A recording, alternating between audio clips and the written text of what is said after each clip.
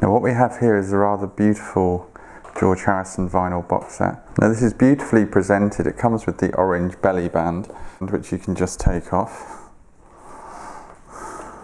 There really isn't much need to have this belly band, but it's kind of indicative of the attention to detail on this box set that they've actually bothered to include it. So it tells you there what's inside and also shows you images of all the albums. So if you weren't already aware, you get 13 of the George Harrison solo albums, and this comes with two 12-inch pitch discs, which we'll look at in a second. Now, this box is very curious because it has extremely sharp edges, and it has an almost plastic feel to it. I mean, it's not plastic, I'm pretty sure it's rigid card with some kind of laminate on it. If you look here, you can see it's got an extremely sharp edge to it. It's very pleasing to the touch. This box actually consists of an outer box and an inner box, so we'll see that in a second, but as you can see, nice attention to detail here. All the albums on the spine. Now the most obvious feature on the front of this box set is the lenticular sleeve. You start off with Young George and move around to Old George. And unlike the Beatles mono box and unlike the Queen studio collection, both of which have a kind of hinged lid at the top, the George Harrison vinyl collection opts for the inner drawer, which comes out with all the vinyl records in there. So this inner drawer slides out, and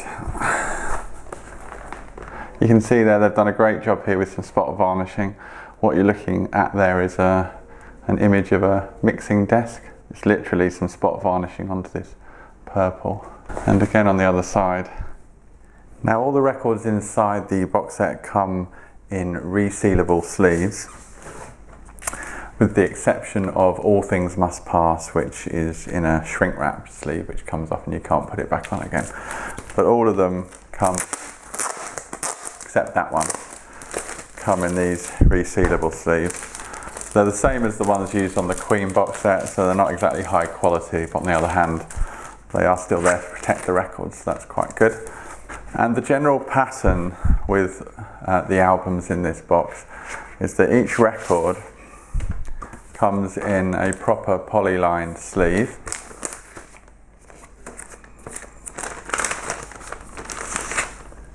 But I think in virtually every instance you get a reproduction of the original printed in a sleeve. So this is Wonderwall music, of course. Colour reproduction of the cover art is really good on this. That's the back. So I've removed all the resealable sleeves just because it's a bit boring watching me take them off every record. This is Electronic Sound. Again, another album issued on Apple, or Zapple actually.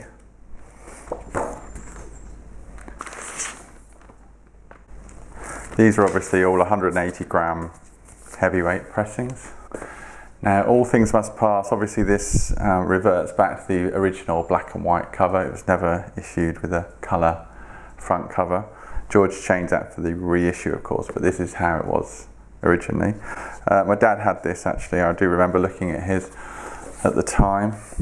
He was a big Beatles fan, and he kept buying some of the solo albums up until about Ram, I think, and he kind of gave up after a while.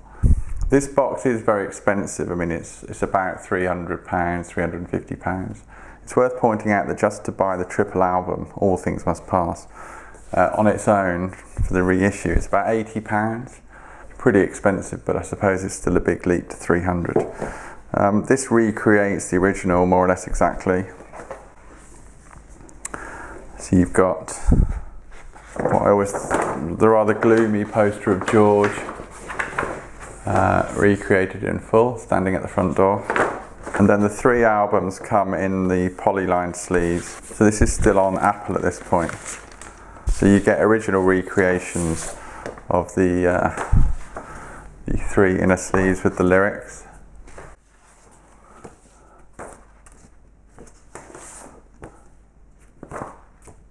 And then the box itself is the hinged box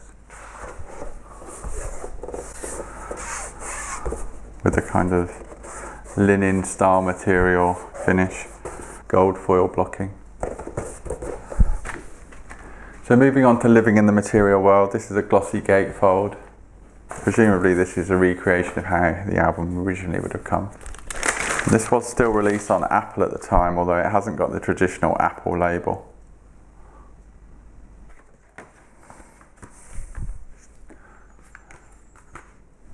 Dark Horse. This is the first record on George's own label, which is also called Dark Horse.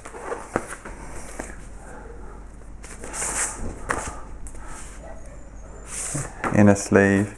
This actually also comes with this lyric sheet here. And there's the Dark Horse label. Extra texture comes with the textured sleeve and die cut.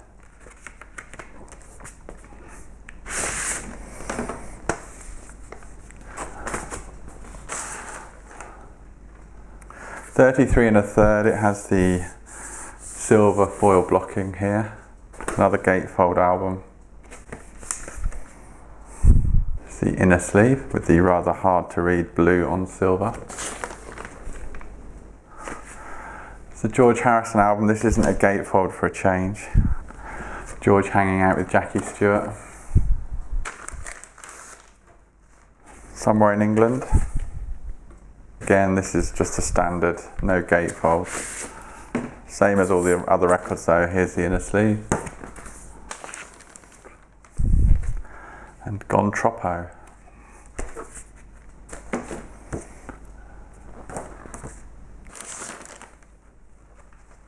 Now most of the albums in the 70s have been recreated very nicely. They look excellent. Sort of not untypically, I guess, the 1980s is slightly different. While Cloud 9 looks okay, I guess it's just a reflection of the original record, but there's no gatefold, there's no textured sleeve, there's no die cutting, there's no foil blocking. It's just a little bit boring.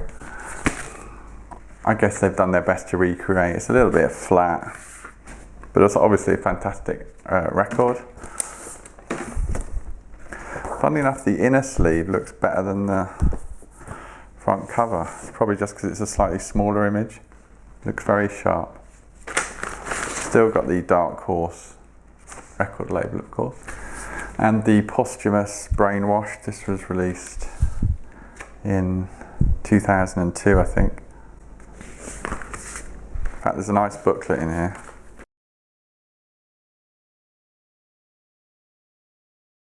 Great picture of George. I've always loved that photo.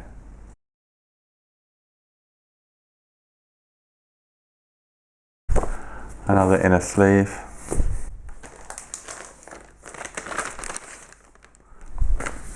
Live in Japan looks great. Lovely black spot varnishing. Really nicely done. Double album, of course. It's not a gatefold though. More spot varnishing on the back.